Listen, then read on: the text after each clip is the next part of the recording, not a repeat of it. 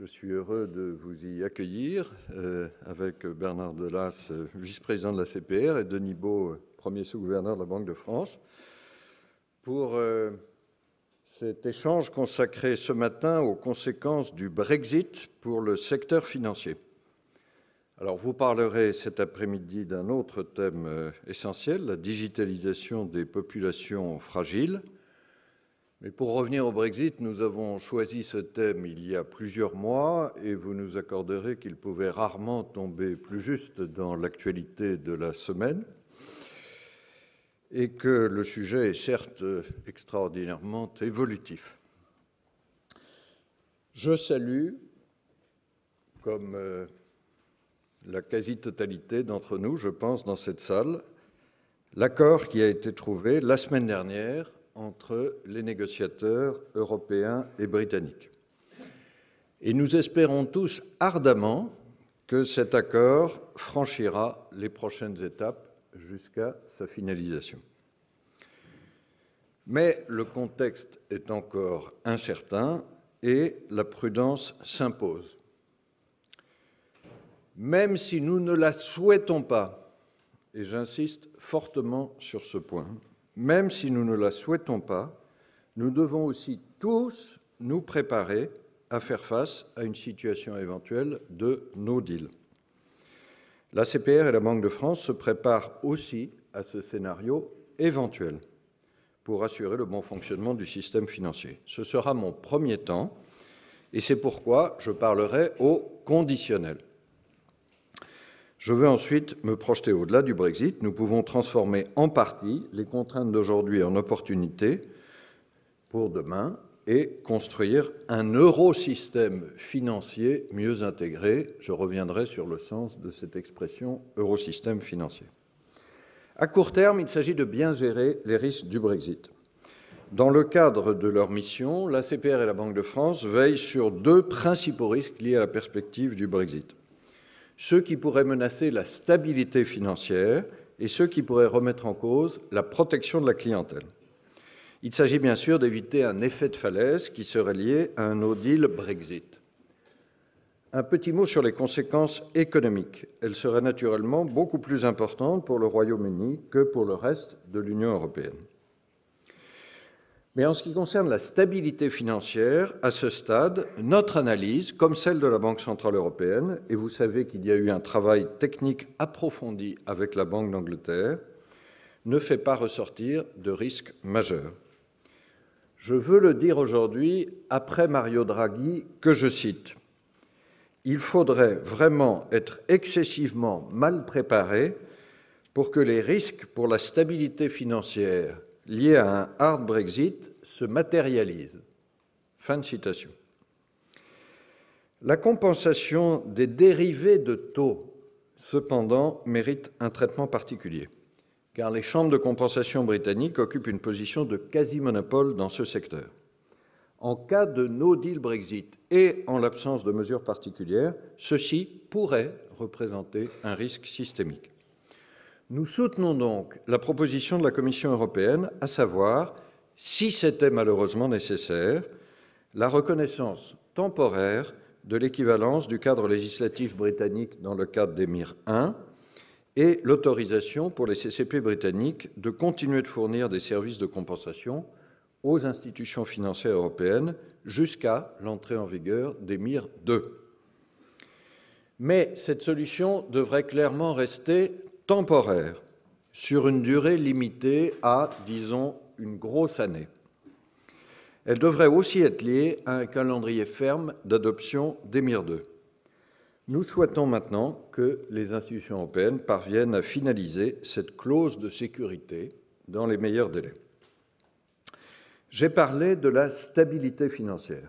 Notre autre priorité est la protection de la clientèle, concernant les clients ayant souscrit des contrats auprès d'entreprises britanniques, notamment dans le secteur des assurances. C'est bien sûr à l'industrie elle-même de se préparer activement aux conséquences de la perte du passeport européen. La plupart des grands acteurs ont pris des dispositions nécessaires.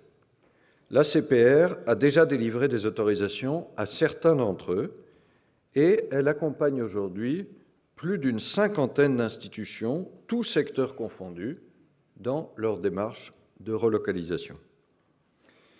Mais nous maintenons une vigilance particulière pour les moyens et les petits acteurs, notamment les entreprises d'investissement de taille modeste, ainsi que les établissements de paiement et de monnaie électronique.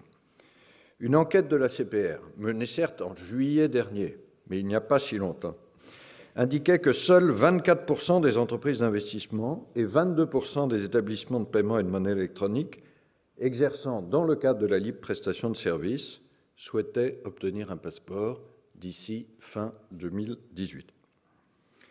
Nous devons donc, malheureusement, être prêts à gérer des situations où des entreprises britanniques n'auraient pas préalablement transféré leurs activités. À cet égard, des dispositions européennes seraient bien évidemment préférables pour régler de façon uniforme toutes les questions pertinentes. Mais si nécessaire et en complément, nous envisageons des dispositions françaises. C'est le sens du projet de loi d'habilitation adopté par le Sénat et qui arrive en discussion à l'Assemblée nationale les 10 et 11 décembre prochains. Il nous permettrait de prendre des dispositions pour protéger juridiquement les ménages et les entreprises. Nous proposerions donc l'instauration d'un régime de transition adapté qui, pour la gestion extinctive des contrats, c'est ce dont il s'agit, permette aux entreprises britanniques de poursuivre leurs activités initiées sous couvert de passeport européen à condition de soumettre un programme de liquidation à la CPR. Nous souhaitons que ce régime transitoire soit intégré dans les ordonnances et qu'il confère à la CPR des pouvoirs similaires à ceux qui existent dans le cadre du passeport européen. Ce serait la contrepartie de la continuité qui serait accordée, encore une fois pour les contrats en cours. J'en viens à mon deuxième temps sur la nécessité, au-delà du Brexit, de construire un eurosystème financier. À l'évidence, le Brexit est et restera une mauvaise nouvelle pour le Royaume-Uni, comme aussi pour l'Europe. Mais il peut aussi représenter en partie une opportunité pour restructurer le système financier européen. En effet, nous avons un eurosystème monétaire efficace, la BCE et les 19 banques centrales nationales. Nous avons le cadre juridique du marché unique financier et en partie de l'union bancaire. Nous avons une capacité d'épargne exceptionnelle, une des premières du monde, 400 milliards d'euros annuellement pour l'épargne financière en zone euro. Mais nous n'avons pas encore ce qu'on pourrait appeler un eurosystème financier, fait d'institutions financières plus fortes et pan-européennes, et fait d'infrastructures de marché partagées. Alors soyons clairs, il n'y aura pas une city unique pour le continent, mais plutôt un réseau polycentrique intégré de places financières, avec probablement des spécialisations par domaine d'expertise. Un tel système polycentrique peut fonctionner, comme en témoigne l'exemple américain. La place financière de New York est privilégiée pour les banques de financement et d'investissement. La place de Chicago traite des futurs, tandis que celle de Boston est spécialisée dans la gestion d'actifs.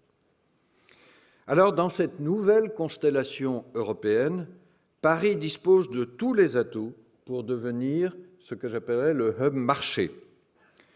Notre capitale abrite 4 des 8 banques d'importance systémique mondiale de la zone euro. Elle est numéro 1 dans l'assurance depuis le début de cette année, l'assurance vie aussi bien que dommages. Numéro 1 dans le secteur de la gestion d'actifs. Elle dispose d'un marché obligataire de premier plan, du plus grand marché de titres négociables à court terme continental, NewCP.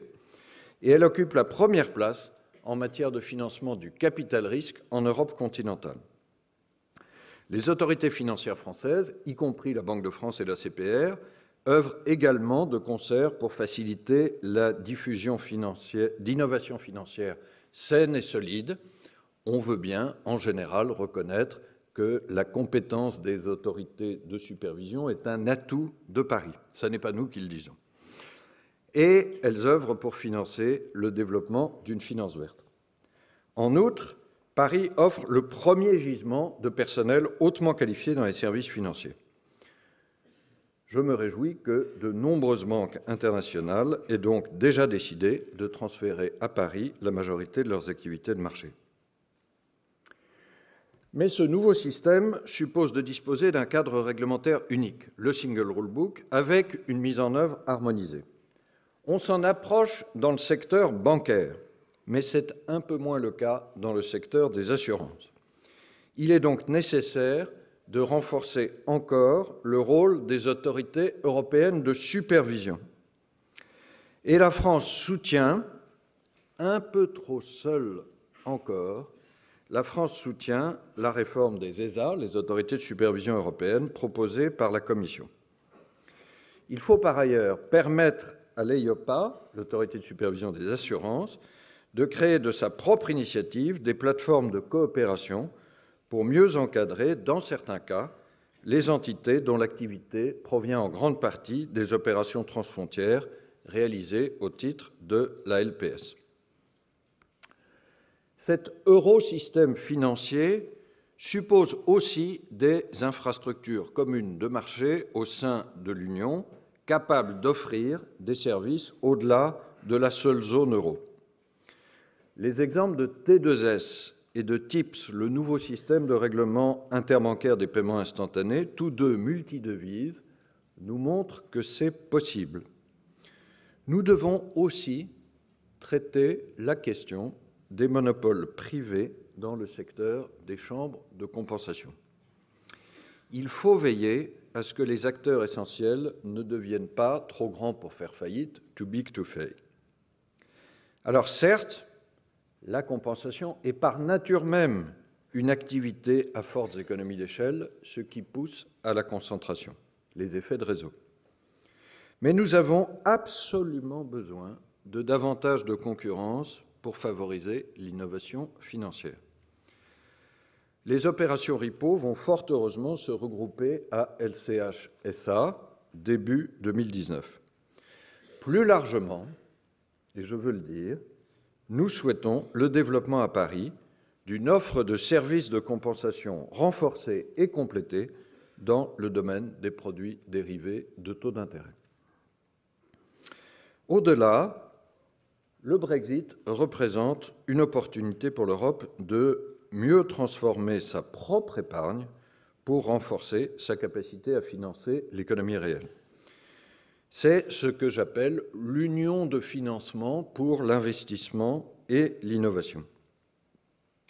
Il s'agit de mieux diriger l'épargne abondante de la zone euro pour mieux stabiliser les chocs à l'intérieur de la zone euro, c'est la finalité macroéconomique, et mieux répondre aux besoins d'investissement et d'innovation, le numérique, la transition énergétique, les fonds propres des PME, c'est la finalité microéconomique. En pratique, une vraie union de financement passe par l'accélération de l'union des marchés de capitaux et la finalisation de l'union bancaire.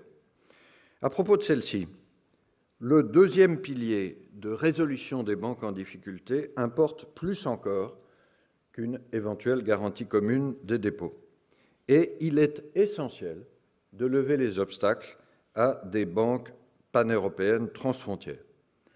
L'union bancaire, l'union des marchés de capitaux, le renforcement du mécanisme européen de stabilité, le budget de la zone euro, c'est l'agenda politique franco-allemand de Meseberg en juin dernier. Mais je souligne aujourd'hui l'urgence à le concrétiser. Au Brexit doit correspondre le renforcement économique et financier de la zone euro. Et si nous en restions aux arguties techniques, à l'autosatisfaction des uns et aux attaques des autres, et à la défiance de tous, nous aurions plus que manqué une opportunité. Nous aurions collectivement manqué à notre responsabilité. C'est par là que je veux conclure. Les 27 ont fait preuve d'une unité impressionnante dans leur position sur le Brexit. Derrière leur négociateur, Michel Barnier, qui a fait un travail remarquable. Et tous les Européens ont mieux pris conscience, au moins en creux, de tous les avantages de notre Europe et de notre marché unique. Cette volonté politique protectrice doit désormais se prolonger dans une ambition constructrice pour bâtir une Europe plus efficace. Merci de votre attention.